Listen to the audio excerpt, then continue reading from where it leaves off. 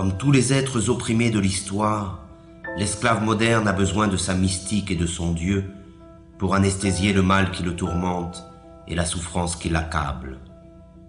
Mais ce nouveau Dieu, auquel il a livré son âme, n'est rien d'autre que le néant, un bout de papier, un numéro qui n'a de sens que parce que tout le monde a décidé de lui en donner. C'est pour ce nouveau Dieu qu'il étudie, qu'il travaille, qu'il se bat et qu'il se vend. C'est pour ce nouveau Dieu qu'il a abandonné toute valeur et qu'il est prêt à faire n'importe quoi. Il croit qu'en possédant beaucoup d'argent, il se libérera des contraintes dans lesquelles il se trouve enfermé, comme si la possession allait de pair avec la liberté. La libération est une ascèse qui provient de la maîtrise de soi. Elle est un désir et une volonté en acte. Elle est dans l'être et non dans l'avoir. Mais encore faut-il être résolu à ne plus servir, à ne plus obéir. Encore faut-il être capable de rompre avec une habitude que personne, semble-t-il, n'ose remettre en cause.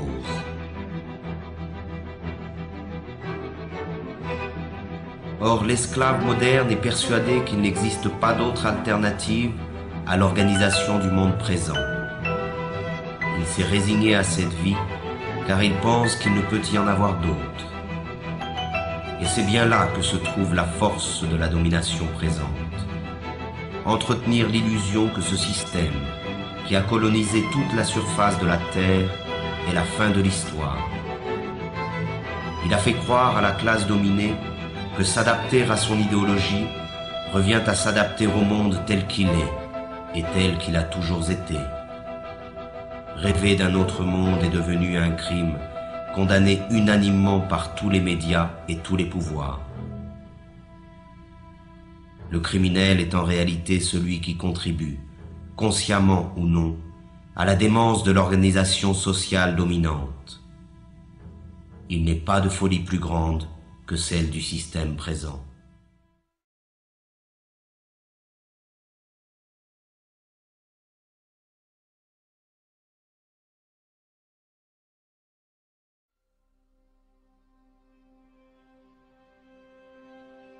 Devant la désolation du monde réel, il s'agit pour le système de coloniser l'ensemble de la conscience des esclaves. C'est ainsi que dans le système dominant, les forces de répression laissent progressivement place à la dissuasion, qui dès la plus petite enfance accomplit son œuvre de formation des esclaves. Ils doivent oublier leurs conditions serviles, leur prison et leur vie misérable. Il suffit de voir cette foule hypnotique connectée devant tous les écrans qui accompagnent leur vie quotidienne.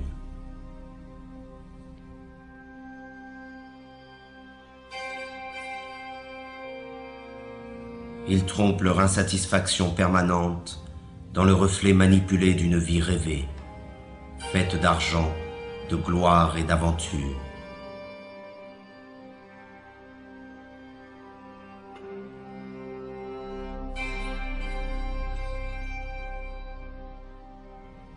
Mais leurs rêves sont tout aussi affligeants que leur vie misérable.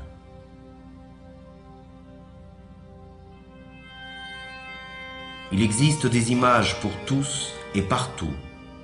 Elles portent en elles le message idéologique de la société moderne et servent d'instruments d'unification et de propagande.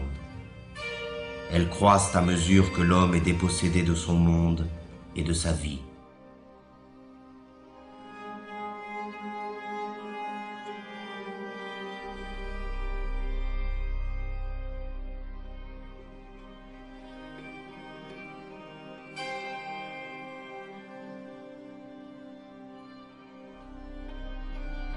C'est l'enfant qui est la cible première de ces images, car il s'agit d'étouffer la liberté dans son berceau.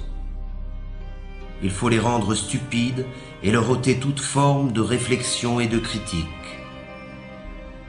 Tout cela se fait bien entendu avec la complicité déconcertante de leurs parents, qui ne cherchent même plus à résister face à la force de frappe cumulée de tous les moyens modernes de communication.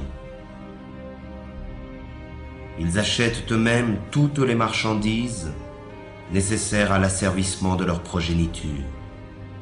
Ils se dépossèdent de l'éducation de leurs enfants et la livrent en bloc au système de l'abrutissement et de la médiocrité.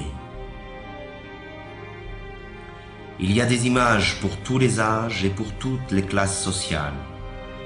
Et les esclaves modernes confondent ces images avec la culture et parfois même avec l'art.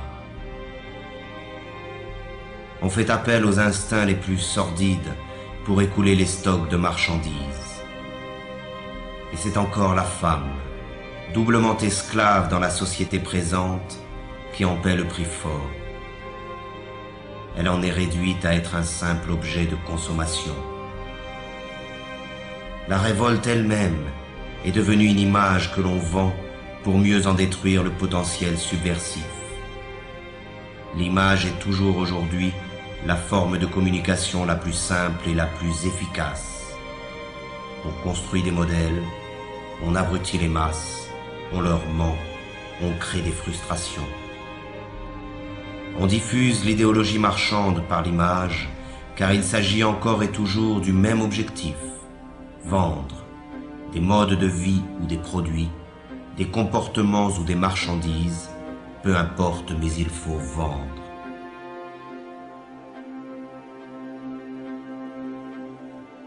Ces pauvres hommes se divertissent, mais ce divertissement n'est là que pour faire diversion face au véritable mal qui les accable. Ils ont laissé faire de leur vie n'importe quoi et ils feignent d'en être fiers. Ils essaient de montrer leur satisfaction, mais personne n'est dupe. Ils n'arrivent même plus à se tromper eux-mêmes lorsqu'ils se retrouvent face au reflet glacé du miroir.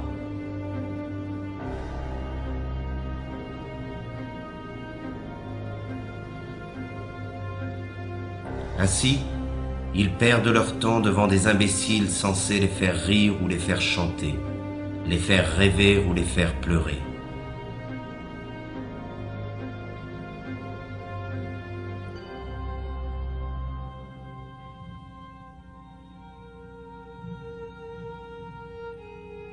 On mime à travers le sport médiatique les succès et les échecs, les forces et les victoires que les esclaves modernes ont cessé de vivre dans leur propre quotidien. Leur insatisfaction les incite à vivre par procuration devant leur poste de télévision.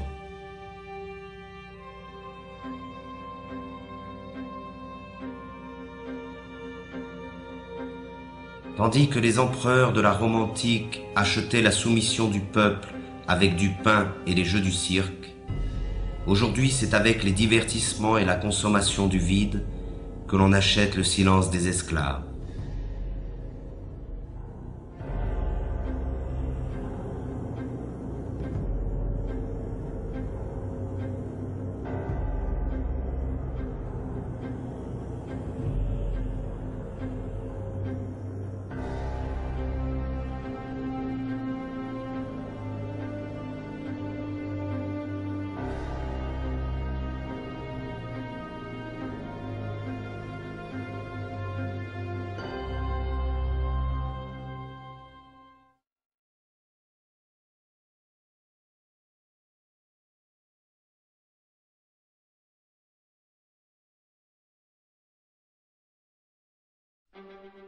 La domination sur les consciences passe essentiellement par l'utilisation viciée du langage par la classe économiquement et socialement dominante.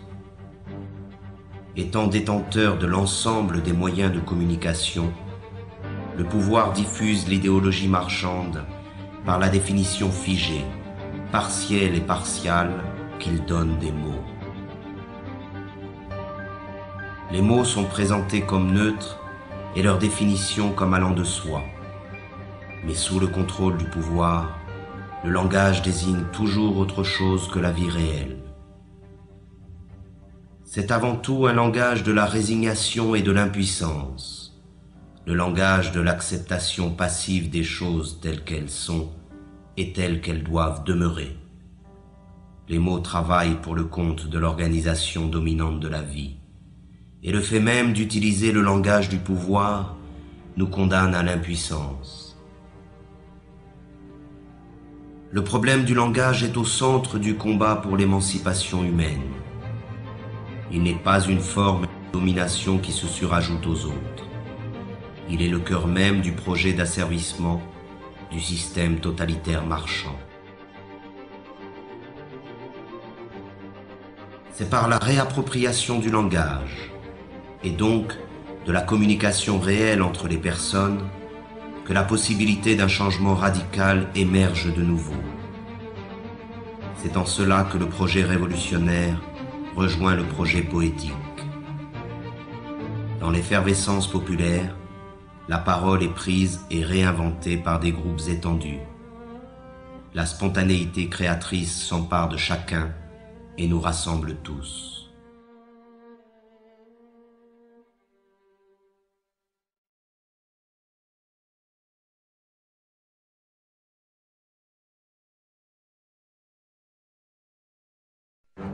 Pourtant, les esclaves modernes se pensent toujours citoyens. Ils croient voter et décider librement qui doit conduire leurs affaires, comme s'ils avaient encore le choix. Ils n'en ont conservé que l'illusion. Croyez-vous encore qu'il existe une différence fondamentale quant au choix de société dans laquelle nous voulons vivre, entre le PS et l'UMP en France, entre les démocrates et les républicains aux États-Unis, entre les travaillistes et les conservateurs au Royaume-Uni? Il n'existe pas d'opposition car les partis politiques dominants sont d'accord sur l'essentiel, qui est la conservation de la présente société marchande. Il n'existe pas de parti politique susceptible d'accéder au pouvoir qui remette en cause le dogme du marché. Et ce sont ces partis qui, avec la complicité médiatique, monopolisent l'apparence. Ils se chamaillent sur des points de détail pourvu que tout reste en place. Ils se disputent pour savoir qui occupera les places que leur offre le parlementarisme marchand. Ces pauvres chamailleries sont relayées par tous les médias dans le but d'occulter un véritable débat sur le choix de société dans laquelle nous souhaitons vivre. L'apparence et la futilité dominent sur la profondeur de l'affrontement des idées. Tout cela ne ressemble en rien, de près ou de loin, à une démocratie. La démocratie réelle se définit d'abord et avant tout par la participation massive des citoyens à la gestion des affaires de la cité.